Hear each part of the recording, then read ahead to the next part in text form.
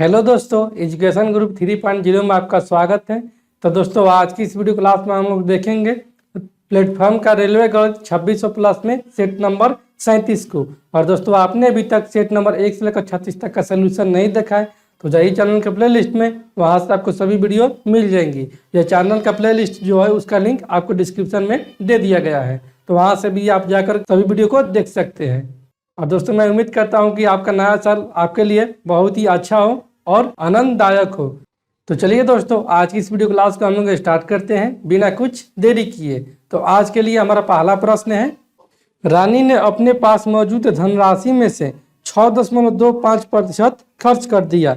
यदि उसके द्वारा व्यय की गई राशि 75 रुपया है तो उसके पास कितनी धनराशि थी। जैसे मान लेते हैं कि रानी के पास टोटल 100 रुपया था, ठीक है, यानी कि रानी के पास टोटल धन की संख्या जो था वो था 100 रुपया, जिसमें कोई खर्च कर दी है 6.25%। तो 100 का 6.25% निकालेंगे तो इसका हो जाएगा मान 6.25 रुपया, ठीक है। और इसका जो मान दिया है ये दिया है 75 रुपये के बराबर, तो ये एक बराबर में हो जाएगा 75 बाटा में 6.25, ठीक है। तो ये हो जाएगा 75 बाटा में 625 को हम लिख सकते हैं 625 और बटे में हो जाएगा ये 100, ठीक है। ये 100 चला जाएगा ऊपर, तो ये कितना हो जाएगा, ये हो जाएगा 75 इंटू का 100 और बटे में हो जाएगा 625।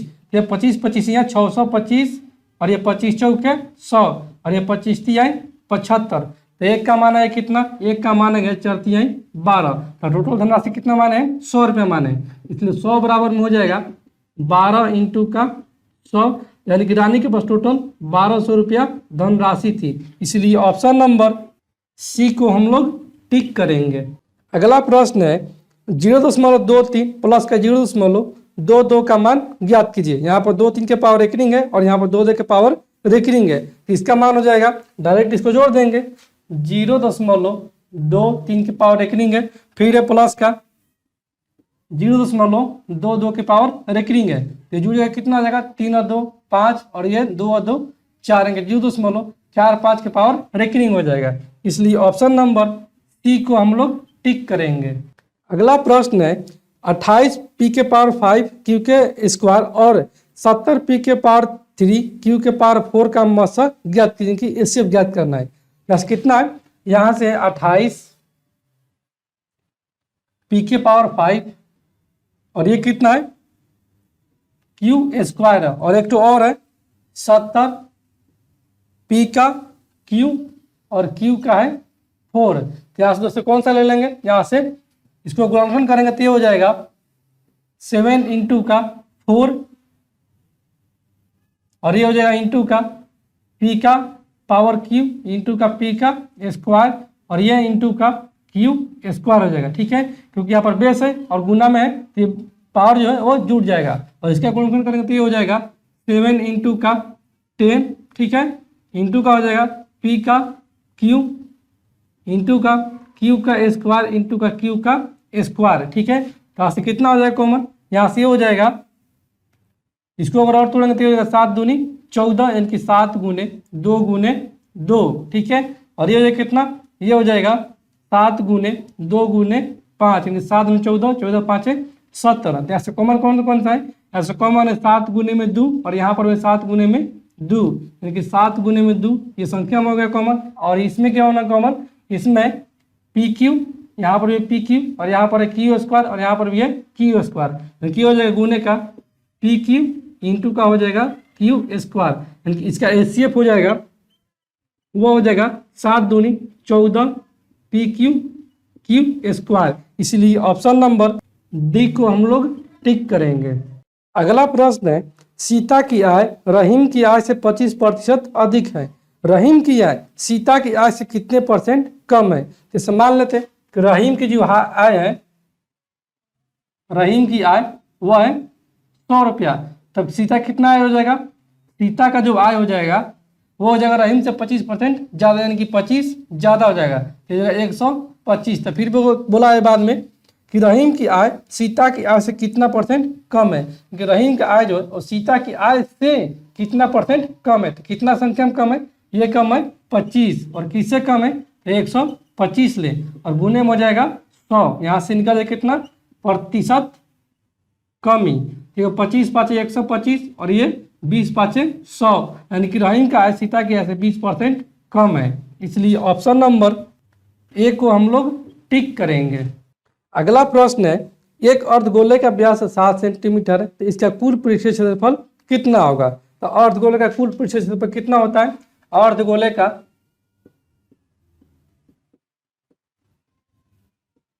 टोटल सरफेस एरिया बराबर होता है 3πr², जिसमें कि दिया है कि अर्धगोले का व्यास 7 सेंटीमीटर है, यानी कि डी दिया है 7 सेंटीमीटर, तो त्रिज्या कितना हो जाएगा, त्रिज्या हो जाएगा व्यास का आधा यानी कि 7/2 सेंटीमीटर। एरिया पूछा है तो एरिया हो जाएगा 3 इंटू का पाई का मान 22/7 इंटू का आर का मान कितना है 7/2, यानी कि 7/2 इंटू का 7/2, ये कट जाएगा 7 से 7 एकम 7 और ये 11 दूनी 22 और ये कितना हो जाएगा, ये हो जाएगा 7 21, 11 में 11 1, 11 दूनी 22 और 1 231/2, ये कितना हो जाएगा, ये हो जाएगा 11 दूनी 22, 5 दूनी 10 और ये कितना बचा, एक बचन की 5 दूनी 10, 115.5, इसलिए ऑप्शन नंबर डी को हम लोग टिक करेंगे। ये सेंटीमीटर स्क्वायर में हो जाएगा दोस्तों, क्योंकि एरिया पूछा है, क्षेत्रफल होता है सेंटीमीटर स्क्वायर में।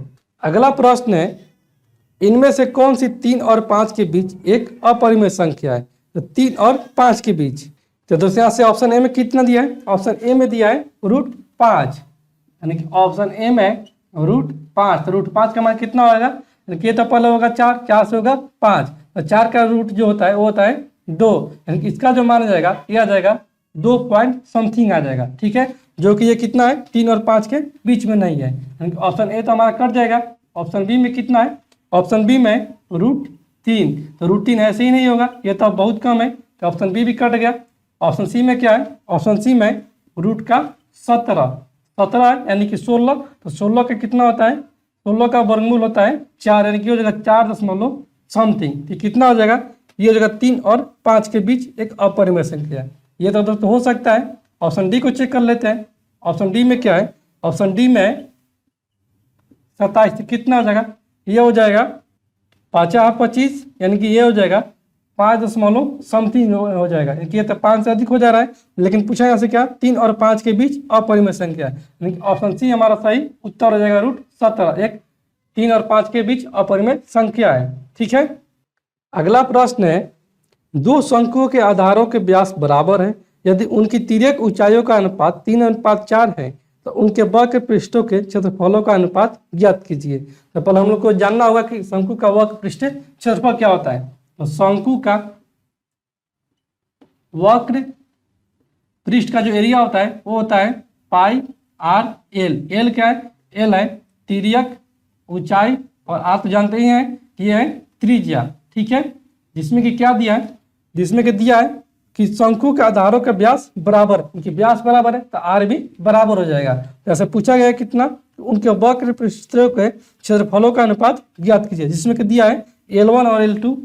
L1 दिया है 3 और L2 दिया है 4। ठीक है, तो निकाल लेंगे एरिया का अनुपात। तो एरिया का अनुपात हो जाएगा πr1 इंटू L1, अनुपात का हो जाएगा πr2 और L2। तो ये पाई से पाई से कैंसिल आउट हो जाएगा, ये R से R1 R2 ये भी कैंसिल हो जाएगा, क्योंकि दोनों के व्यास बराबर थे, त्रिज्या भी समान हो जाएगा। यहाँ से L1 कितना हो जाएगा, L1 हो जाएगा 3 और अनुपात का L2 4, उनका एरिया का भी अनुपात हो जाएगा 3:4। इसलिए ऑप्शन नंबर ए को हम लोग टिक करेंगे। अगला प्रश्न है, रीना और जया एक साथ किसी कार्य को 6 दिनों में पूरा कर सकती है और जया अकेले इसे 8 दिनों में पूरा कर सकती है। तो रीना अकेले इस कार्य को कितने दिनों में पूरा कर सकती है। जैसे रीना और जया मिलकर कितने दिन कर रही है, रीना प्लस का जया मिलकर इस कार्य को पूरा कर रही है 6 दिनों में। ठीक है, और आगे दिया है कि जया अकेले इस 8 दिनों में पूरा कर देती है, यानी कि जया जो है वो अकेले इस 8 दिनों में पूरा कर लेती है। तो पहले इन दोनों का टोटल क्या निकाल देंगे, तो टोटल का कितना हो जाएगा, इन दोनों का एलसीएम, तो इन दोनों का एलसीएम हो जाएगा 24। तो रीना और जया का संयुक्त क्षमता आ जाएगा 6 को 24 यानी कि 4 और जया का केवल आ जाएगा ये 3 के 24 यानी कि 3। तो जब जया कर रही है 3 तो रिया कितना करेगी, रिया करेगी 1, क्योंकि दोनों का संयुक्त क्षमता है 4। तो इससे पूछा गया है कि रीना अकेले इस कार्य कितने दिनों में पूरा करेगी। तो रीना की क्षमता है 1 और कार्य कितने करना है 24 यूनिट, यानी कि रीना कर देगी अकेले इस कार्य को 24 दिनों में। इसलिए ऑप्शन नंबर डी को हम लोग टिक करेंगे।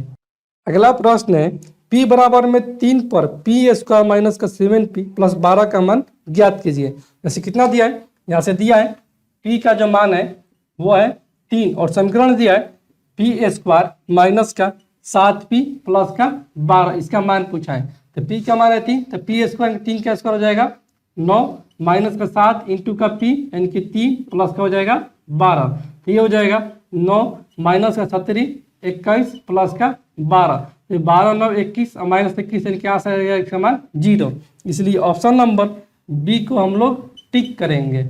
अगला प्रश्न है 20 प्रेक्षणों का माध्य 22.5 है। एक प्रेक्षण को गलती से 25 के बजाय -25 के रूप में नोट कर लिया गया था, तो सही माध्य ज्ञात कीजिए। बस कितना है, यहाँ से 20 प्रेक्षणों का एवरेज जो है वो है 22.5 है, ठीक है, जिसमें कि गलती से 25 के बजाय नोट कर लिया गया था कितना -25, यानी कितना कमी कर दिया गया था, कमी कर दिया गया था ये 50 का, ठीक है। और टोटल कितने संख्या है, टोटल संख्या है यानी कि 20 प्रेक्षण है। जैसे एवरेज में कितना कमी कर दिया गया था, एवरेज में कमी कर दिया गया था 50/20 यानी कि इसका कमी कर दिया गया था 2.5 का। तो सही एवरेज पूछा है, तो सही एवरेज कितना हो जाएगा, यानी कि सही एवरेज जो हो जाएगा वो हो जाएगा 22.5 और गलती कितना किया गया था एवरेज में 2.5, यानी कि प्लस का हो जाएगा 2.5। तो ये हो जाएगा 5 से 5 10 की 0 हासिल 1, 22 और 2 24 और 1 25, सही इसका एवरेज हो जाएगा 25। इसलिए ऑप्शन नंबर बी को हम लोग टिक करेंगे। अगला प्रश्न है समीकरण y स्क्वायर माइनस का √5y माइनस का y प्लस का √5 बराबर में के मूल्य ज्ञात कीजिए। जैसे कितना है, समीकरण है y स्क्वायर माइनस का √5y माइनस का y प्लस का है √5 बराबर में 0, ठीक है। तो यहाँ से अगर हम कॉमन लेते हैं y तो कितना हो जाएगा, यहाँ से हो जाएगा y माइनस का √5 और यहाँ से लेते हैं और -1 कॉमन तो हो जाएगा y माइनस का √5 और ये बराबर का हो जाएगा 0। यहाँ से हमारा आ जाएगा y माइनस का √5 इंटू का y माइनस का 1 बराबर में 0। तो दोनों का मान 0 के बराबर करते हैं तो कितना हो जाएगा, ये हो जाएगा y माइनस का √5 बराबर में 0। तो y का मान आ जाएगा √5 और एक तो कितना y माइनस 1 बराबर में 0, तो यहाँ से y का मान आ जाएगा 1, क्योंकि इसके मूल जो आ जाएंगे, मूल हो जाएंगे वो √5 और 1। इसलिए ऑप्शन नंबर बी को हम लोग टिक करेंगे। अगला प्रश्न है फरमान को किसी परीक्षा में उत्तीर्ण होने के लिए 60% अंक प्राप्त करना आवश्यक है। उसने 60 अंक प्राप्त किए और 60 अंकों से अनुत्तीर्ण हो गया, तो परीक्षा का पूर्णांक ज्ञात कीजिए। तो मान लेते हैं तो परीक्षा का पूर्णांक जो है, परीक्षा का पूर्णांक वह है 100%, ठीक है, जिसमें कि फरमान जो प्राप्त करता है वो प्राप्त करता है 60 अंक और वो 60 अंकों से फेल हो जाता है, यानी कि अगर उसको 60 अंक मिला रहा था तो वो पास हो गया होता है। और पासिंग मार्क्स कितना है, पासिंग मार्क्स जो है वो है 60%, ठीक है। तो कितना हो जाएगा, ये होगा 60 और 60 120 बराबर में यहाँ से हो जाएगा 60%। कैसे करेगा, 60 दूनी 120, यानी कि यहाँ से 1% का मान कितना आ गया, 1% का मान आ गया 2 अंक में। तो परीक्षा का पूर्णांक कितना मान है, 100% मान है। 100% बराबर कितना हो जाएगा, ये हो जाएगा 2 इंटू का 100 यानी कि 200 पूर्णांक ये हो जाएगा परीक्षा का। इसलिए ऑप्शन नंबर डी को हम लोग टिक करेंगे। अगला प्रश्न है किसी संख्या के 1/6वां भाग इसके 1/9वें भाग से 100 अधिक है, तो संख्या ज्ञात कीजिए। तो मान लेते कि वो संख्या जो है वो है x है। जब संख्या x हो जाएगा तो कितना दिया है प्रश्न में, प्रश्न में दिया कि किसी संख्या के 1/6वां भाग यानी कि x का 1/6वां भाग जो है वह इसके 1/9वें भाग से, ठीक है, यानी कि x का 1/9वें भाग से कितना अधिक है, 100 अधिक है। तो कितना हो जाएगा, ये हो जाएगा x बटा में 6 और ये बराबर का x बट्टा में 9 प्लस का ये हो जाएगा 100। तो x बट्टा 9 को इधर ट्रांसफर मारेंगे तो हो जाएगा माइनस में, क्योंकि x बट्टा में 6 माइनस का x बट्टा में 9 बराबर में हो जाएगा 100। ऐसे एलसीएम हो जाएगा 18, यहाँ से हो जाएगा 76 या 18 यानी कि 3x माइनस का ये 9 दूनी 18 यानी कि 2x बराबर में 100। ऐसी जगह 3x माइनस का 2x यानी कि x बट्टा में 18 बराबर में 100। तो भागा में 18 इधर जाएगा तो हो जाएगा गुना में, x बराबर में हो जाएगा 18 इंटू का 100 यानी कि ये संख्या जो है वो है 1800। इसलिए ऑप्शन नंबर सी को हम लोग टिक करेंगे। अगला प्रश्न है √5 प्लस का √7 का होल स्क्वायर एक कैसी संख्या है। तो √5 प्लस का √7 का होल स्क्वायर दिया है, ये हो जाएगा √5 प्लस √7 का होल स्क्वायर, ये हो जाएगा a प्लस बी का होल स्क्वायर यानी कि a स्क्वायर तो 5 b स्क्वायर 7 प्लस का 2ab यानी कि 2 रूट का 7 5 है 35, ये 7 है 5 12 प्लस का 2 रूट का 35। ये कैसी संख्या है, यह जो है यह एक अपरिमेय संख्या है। इसलिए ऑप्शन नंबर डी को हम लोग टिक करेंगे। अगला प्रश्न है ए और बी अकेले अकेले कार्य करते हुए एक कार्य को क्रमशः 12 और 16 दिन में पूरा कर सकते हैं। यदि वे वैकल्पिक रूप से एक एक दिन छोड़ के कार्य करते हैं और एक कार्य शुरू करता है तो उक्त कार्य कितने दिनों में पूरा हो जाएगा। जैसे ए और बी क्रम से कितने दिन कर रहे हैं, ये कर रहे हैं, ए कर रहा है कितना दिन में, ये कर रहा है 12 दिन में, बी कर रहा है 16 दिन में। तो टोटल कार्य निकाल देंगे तो टोटल कार्य कितना, ये हो जाएगा टोटल कार्य इन दोनों का एलसीएम की 48। ए की क्षमता आ जाएगा 4 और बी की क्षमता आ जाएगा 3, ठीक है। जिसमें कि आगे बोला है ये वैकल्पिक रूप से करते हैं कि एक एक दिन छोड़कर कार्य करते हैं, यानी कि पहले काम की शुरुआत करता है ए का, ए पहला दिन आया और ये कर दिया 4 यूनिट, फिर ए चला गया, फिर आया बी तो ये कर दिया कितना, ये कर दिया 3 यूनिट, यानी कि 2 दिन में कितना कार्य समाप्त हुआ, 2 दिन में कार्य समाप्त हुआ 7 यूनिट। कार्य कितना करना है, कार्य करना है 48 यूनिट, ठीक है। तो 48 के नजदीक लेके जाएंगे इसको, इसमें कितना गुना करना पड़ेगा, इसमें गुना करना पड़ेगा हमको 6 से, तो इधर 600 हो गया और ये हो गया इधर भी 6 से। ये 12 दिन में कितना कार्य समाप्त हो गया, ये हो गया 42 यूनिट, ठीक है। क्योंकि ए आया बी आया ए आया बी आया, तब कौन आएगा, अब आएगा ए। तो ए एक दिन में फिर आया, फिर की कितना 4 यूनिट, तो कितना हो गया टोटल हो गया 13 दिन और टोटल कार्य समाप्त हो गया 42 से 4 46 यूनिट, ठीक है। अभी कितना बचा है, अभी बचा है 2 यूनिट, तो 2 यूनिट कौन करेगा, फिर आएगा बी, ये तो आ गया, फिर आएगा अब बी। तो बी की क्षमता है 3 यूनिट एक दिन में और करना कितना है 2 यूनिट, यहाँ से 1 बराबर में हो जाएगा 2 बट्टा में 3, यानी कि टोटल कार्य की समाप्ति हो जाएगा, यहाँ से टोटल कार्य की समाप्ति हो जाएगा। पहले कितना करते हैं दोनों 13 दिन और फिर बी आगे करता है ये 2 बट्टा 3 दिन में, 13 सहित 2 बट्टा 3 दिन में ये टोटल कार्य की समाप्ति हो जाएगा। इसलिए ऑप्शन नंबर डी को हम लोग टिक करेंगे। अगला प्रश्न है 12 और 30 का तृतीय अनुपाती ज्ञात कीजिए। जैसे तृतीय अनुपाती एक तो सूत्र होता है कि तृतीय अनुपाती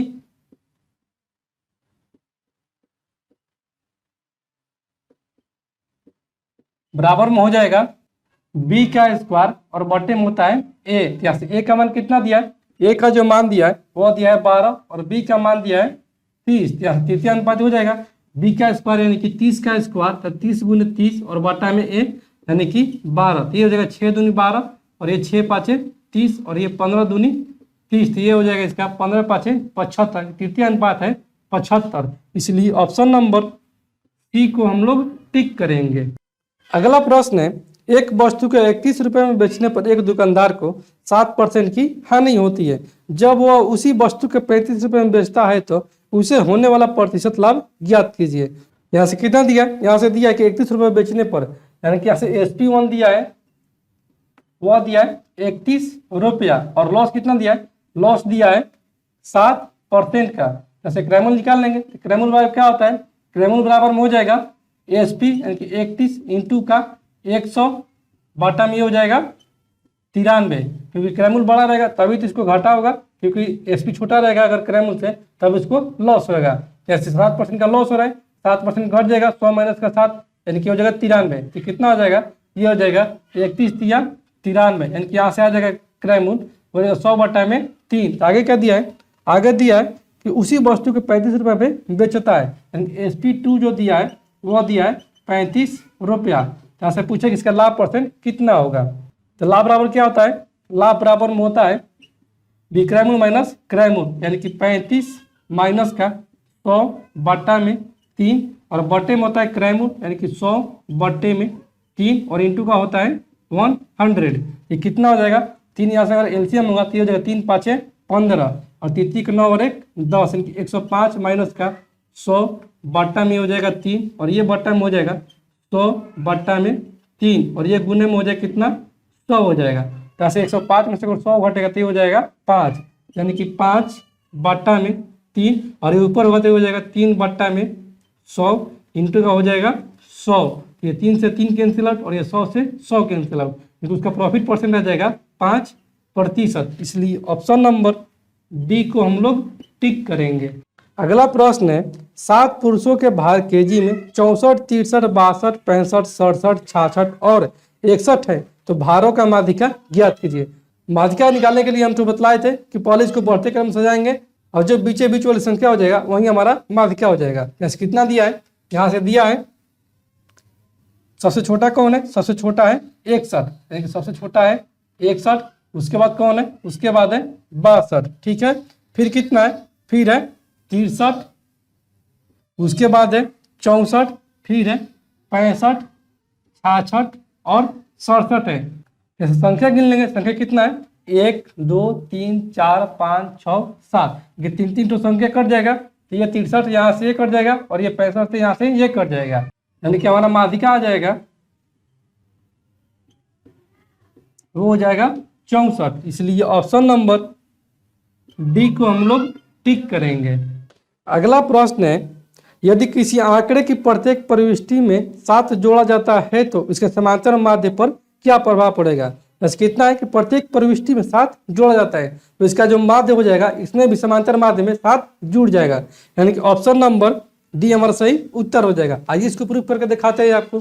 मान लेते हैं कि कोई हमारा जो संख्या है वो है, मान लेते हैं कि 2 है, 3 है, 4 है, 5 है और 6 है। इसका माध्य ज्ञात कर लेंगे तो माध्य कितना हो जाएगा, यानी कि एवरेज ये हो जाएगा 6 5 11 11 4 15 15 3 18 और 2 20, यानी कि 20 और बट्टे में कितना आ जाएगा, टोटल परिणाम की संख्या 1 2 3 4 5, यानी कि हो जाएगा बट्टे में 5, जैसे एवरेज कितना आ जाएगा 4 आ जाएगा, ठीक है। अब इसमें सभी में 7 अगर जोड़ते हैं तो कितना आ जाएगा, 7 इसमें जोड़ते 7 2 9 और ये 7 3 10 और ये 7 4 11 प्लस 7 5 12 और 7 6 13। इसका एवरेज कितना आ जाएगा, इसका एवरेज हो जाएगा 3 2 5 5 6 6 9 15 का 5 हासिल 1 1 2 3 4 5, यानी कि 55 और बॉटम में कितना हो जाएगा 1 2 3 4 5, इनके बॉटम में हो जाएगा 5, यहाँ से कितना आ जाएगा, यहाँ से जाएगा एवरेज 11। देखिए यहाँ पे कितना था एवरेज पहले 4 और साथ में सबके वृद्धि करते हैं, यहाँ से हो जा रहा है 11, इनकी इन दोनों का अंतर कितना है 7 का, तो उसी प्रकार इसका भी वैसे हो जाएगा। इसलिए ऑप्शन नंबर डी को हम लोग टिक करेंगे। अगला प्रश्न है सोहन और मोहन स्कूल से 3.5 किलोमीटर प्रति घंटा और 4 किलोमीटर प्रति घंटा की चाल से चलना शुरू करते हैं। यदि वे एक ही दिशा में चलना शुरू करते हैं तो उन्हें एक दूसरे से 1.5 किलोमीटर दूर होने में कितना समय लगेगा, यानी कि एक ही दिशा में चल रहे हैं तो कितना हो जाएगा, यहाँ से हो जाएगा V1 कितना दिया है, V1 दिया है 3.5 और V2 कितना दिया है, ये दिया है 4 और डिस्टेंस कितना बोल रहा है, डिस्टेंस बोल रहा है कि 1.5 किलोमीटर। तो एक ही दिशा में चलेंगे तो इसका रिलेटिव स्पीड कितना हो जाएगा, इन दोनों का रिलेटिव स्पीड हो जाएगा वो हो जाएगा 4 में से 3.5 जगह, यानी कि ये हो जाएगा 0.5, ठीक है। और डिस्टेंस है 1.5, ऐसे 4 बराबर में होता है दूरी बट्टा में समय, यानी कि 1.5 बट्टे में हो जाएगा टी, जैसे दशमलव से दशमलव कैंसिल और ये 5 टी है 15, इनका से टी बराबर में आ जाएगा 3 घंटा, लेकिन 1.5 किलोमीटर की दूरी होने में उन लोगों को 3 घंटे का समय लग जाएगा। इसलिए ऑप्शन नंबर बी को हम लोग टिक करेंगे। अगला प्रश्न है निम्नलिखित में से किसका दशमलव निरूपण शांत है, यानी कि कौन सा शांत दशमलव वाला भिन्न है। जैसे ऑप्शन ए में कितना है, ऑप्शन ए में है 2/5, तो 2/5 को कितना लिख सकते हैं, इसको लिख सकते हैं हम 0.5 यानी कि ऑप्शन ए ही हमारा यहाँ तक टेंशन लग रहा है। ऑप्शन बी को चेक कर लेते हैं, तो ऑप्शन बी में कितना है 2/9 है, तो कितना हो जाएगा, ये 20 यानी कि 9 दूनी 18, फिर 9 दूनी 18, 80 बढ़ता जाएगा तो ऑप्शन बी भी नहीं होगा, 80 ऑप्शन सी भी नहीं होगा, ऑप्शन डी भी नहीं होगा। तो हमारा आंसर हो जाएगा ऑप्शन नंबर ए। अगला प्रश्न है √5 प्लस का √11 इंटू का √5 माइनस का √11 का मान किसके बराबर है। ये तो दोस्तों है a प्लस बी इंटू का a माइनस बी है। ये किसका फॉर्मूला है, ये है फॉर्मूला ए स्क्वायर माइनस बी स्क्वायर का। यहाँ से ये हो जाएगा ए स्क्वायर माइनस का बी यानी कि √5 का स्क्वायर माइनस का √11 का स्क्वायर, स्क्वायर से रूट कैंसिल आउट हो जाएगा, यहाँ से हो जाएगा 5 माइनस का 11 यानी कि माइनस का 24 का सही उत्तर हो जाएगा। इसलिए ऑप्शन नंबर सी को हम लोग टिक करेंगे। अगला प्रश्न है यदि किसी न्यून कोण की जया और इसकी को जया का अनुपात 5:12 है तो उस कोण की जया का मान ज्ञात कीजिए। तो दोस्तों यहाँ से दिए कि जया और को जया का अनुपात 5:12, इनकी जया और को जया इसका अनुपात दिया है 5:12 यानी कि 5/12। तो दोस्तों यहाँ से दिया कि जया और को जया, तो जया का मान कितना होता है, क्योंकि जया मतलब होता है कि साइन थीटा, ठीक है, कि साइन थीटा को बोलते हैं जया, और को जया यानी कि कॉस थीटा को बोलते हैं को जया, और इसका मान कितना हो जाएगा 5/12। तो साइन थीटा बटा में कॉस थीटा बराबर होता है कितना, tan थीटा। तो tan थीटा का मान दिया है 5/12। तो tan थीटा बराबर क्या होता है, ये होता है लंब बटा में आधार, ठीक है, तो लंब है आधार है, तो ट्रिपलेट से कितना होता है 5/12, यानी कि कोण कितना हो जाएगा, कोण हो जाएगा 13। जैसे जय का मान पूछा है, इनकी साइन थीटा का मान पूछा है, तो साइन थीटा बराबर क्या होता है, साइन थीटा बराबर होता है लंब बटा में कोण, तो लंब है 5 और कोण कितने निकाल दिए 13, यानी कि यहाँ से जया का मान हो जाएगा वो हो जाएगा 5/13। इसलिए ऑप्शन नंबर डी को हम लोग टिक करेंगे। अगला प्रश्न है यदि किसी वृत्त के एक बाह्य बिंदु एस से एक वृत्त पर दो स्पर्श रेखाएं एस और एस बी इस प्रकार खींची जाती है कि एस बराबर में 12 सेंटीमीटर और कोण ए एस बी बराबर में 60 डिग्री है तो जीवा ए बी की लंबाई ज्ञात कीजिए। ठीक है, तो ऐसे कितना दिया है, यदि किसी वृत्त के बाह्य बिंदु से, कोई वृत्त है, ये वृत्त हो गया, और बाह्य बिंदु से इस से एक वृत्त पर दो स्पर्श रेखाएं खींची जाती है। ये हो गया हमारा एक बाह्य बिंदु एस और इससे स्पर्श रेखा खींची जा रही है, मतलब कि एक है एस है और एक तो है एस बी, दो स्पर्श रेखा है, ठीक है, और ये हमारा हो गया वो केंद्र। तो केंद्र से परिधि के बीच की दूरी को कहते हैं त्रिज्या, और ये भी हो जाएगा केंद्र से परिधि के बीच की दूरी को त्रिज्या कहते हैं। ठीक है, क्योंकि ये भुजा और ये भुजा आपस में बराबर हो जाएगा। और पूछा क्या है, पूछा है कि ए बी की लंबाई ज्ञात कीजिए, यानी कि ये वाला लंबाई ज्ञात हमको करना है, यही पूछा है। ठीक है, ये जब दोनों भुजा बराबर हो जाएगा, ये भी हो जाएगा थीटा और ये भी हो जाएगा थीटा। ठीक है, और यहाँ से क्या दिया, यहाँ से दिया है कोण ए एस बी बराबर में 60 डिग्री, कोण ए एस बी बराबर में दिया है 60 डिग्री, ये वाला कोण दिया है 60 डिग्री। ये कितना हो जाएगा, ये हो जाएगा कोण ए ओ बी, यानी कि केंद्र पर बना कोण जो हो जाएगा वो हो जाएगा 120 डिग्री। अब ये कैसे हो जाएगा, तो ये हो जाएगा चतुर्भुज की प्रॉपर्टी से, क्योंकि ए ओ बी एस एक चतुर्भुज का निर्माण कर रहे हैं। ठीक है, जब ये हो गया 120 डिग्री तो ये दोनों कितना हो जाएगा, ये हो जाएगा त्रिभुज के तीनों कोणों का जब 180 डिग्री, यानी कि 120 डिग्री प्लस का थीटा इक्वल टू 180 डिग्री, ये चल रहे हैं त्रिभुज ओ ए बी में। ठीक है, ऐसे कितना हो जाएगा, ऐसे हो जाएगा 2 थीटा बराबर में 180 डिग्री माइनस का ये 120 डिग्री, यानी कि 60 डिग्री। ये कट जाएगा 30 बार में, यानी कि थीटा का मान हो जाएगा कितना 30 डिग्री। ठीक है, तो ये हो गया 30 डिग्री और ये भी हो गया 30 डिग्री। और दोस्तों हम जानते हैं कि वृत्त के परिधि पर वृत्त के केंद्र से बना कोण जो होता है वो होता है 90 डिग्री। तो ये जब हो गया 30 डिग्री, ये वाला कोण, ये कितना हो जाएगा, ये वाला कोण हो जाएगा 60 डिग्री। ठीक है, और ये भी कोण हो जाएगा 60 डिग्री, तो कितना हो जाएगा, ये भी 60 डिग्री, ये भी 60 डिग्री और ये भी 60 डिग्री, यानी कि ये भुजा और ये भुजा आपस में बराबर हो जाएगा, यानी कि यहाँ हो जाएगा ए बी बराबर में हो जाएगा ए से बराबर में हो जाएगा एस बी। इसका मान कितना दिया, एस का मान 12, यानी कि ए बी का मान भी हो जाएगा 12 और एस बी का मान हो जाएगा 12। इसलिए ऑप्शन नंबर बी को हम लोग टिक करेंगे। अगला प्रश्न है यदि 85 और 153 के एचसीएफ को 85 x माइनस का 153 के रूप में व्यक्त किया जा सकता है तो x का मान ज्ञात कीजिए। जैसे दिया है 85 और 53, इसका जो HCF है वो लिखा जा रहा है 85 x माइनस का 153 लिखा जा रहा है।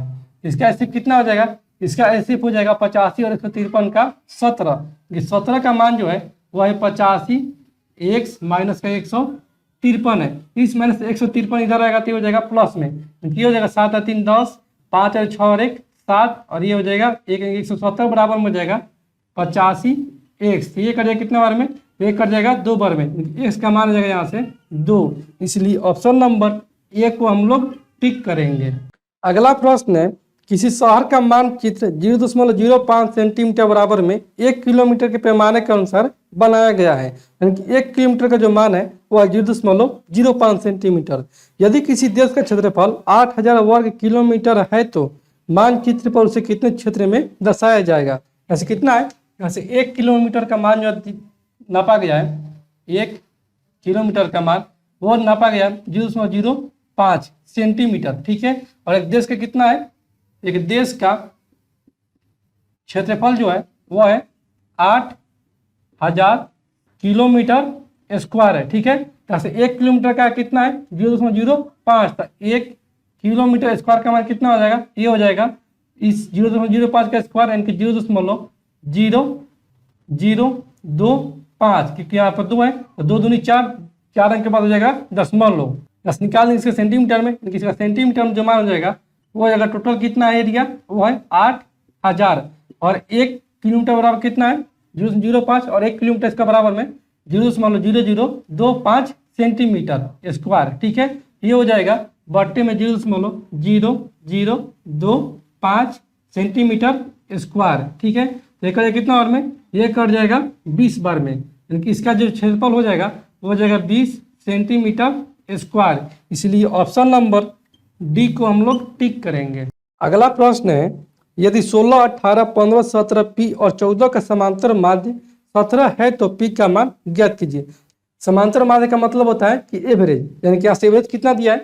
एवरेज दिया है 17 और इसका मान दिया है 16, 18, 15, 17 पी और 14। इसका एवरेज दिया है कितना? इसका एवरेज दिया है 17। तो एवरेज बराबर होता है टोटल परिणामों का योग बटा टोटल परिणामों की संख्या।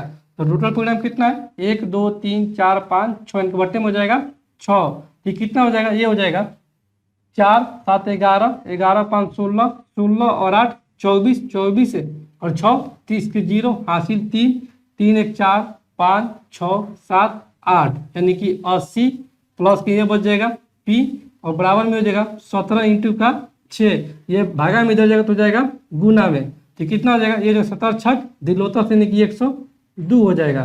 तो इस 80 को अगर इधर ट्रांसफर मारेंगे हो जाएगा माइनस में, क्योंकि यहाँ से पी का मान हो जाएगा 102 माइनस का 80, यानी कि ये हो जाएगा 22। इसलिए ऑप्शन नंबर डी को हम लोग टिक करेंगे। अगला प्रश्न है, किसी शहर की जनसंख्या में प्रतिवर्ष 5% की वृद्धि होती है और इसकी वर्तमान जनसंख्या 6,40,000 है तो 2 वर्ष के बाद शहर की जनसंख्या कितनी होगी? कैसे निकाल देंगे डायरेक्ट? 2 वर्ष बाद शहर की जो जनसंख्या हो जाएगी वो हो जाएगी कितना? वर्तमान में कितना है? वर्तमान में 6,40,000 और ये वृद्धि हो रहा है 5% की दर से, यानी कि 105 बटे में हो जाएगा 100 इंटू का 105 बटे में हो जाएगा 100। ये 4 0 कैंसिल हो जाएगा, 2 3 4, तो यहाँ से कितना मान हो जाएगा? यहाँ से मान हो जाएगा 64 इंटू का 105 इंटू का 105, ठीक है। तो 105 का स्क्वायर कितना होता है? ये होता है दोस्तों 11 0 25 इंटू का हो जाएगा 64, ठीक है। इसमें और गुना करेंगे तो इसका मान हो जाएगा 70 56 0 0। इसलिए ऑप्शन नंबर ए को हम लोग टिक करेंगे।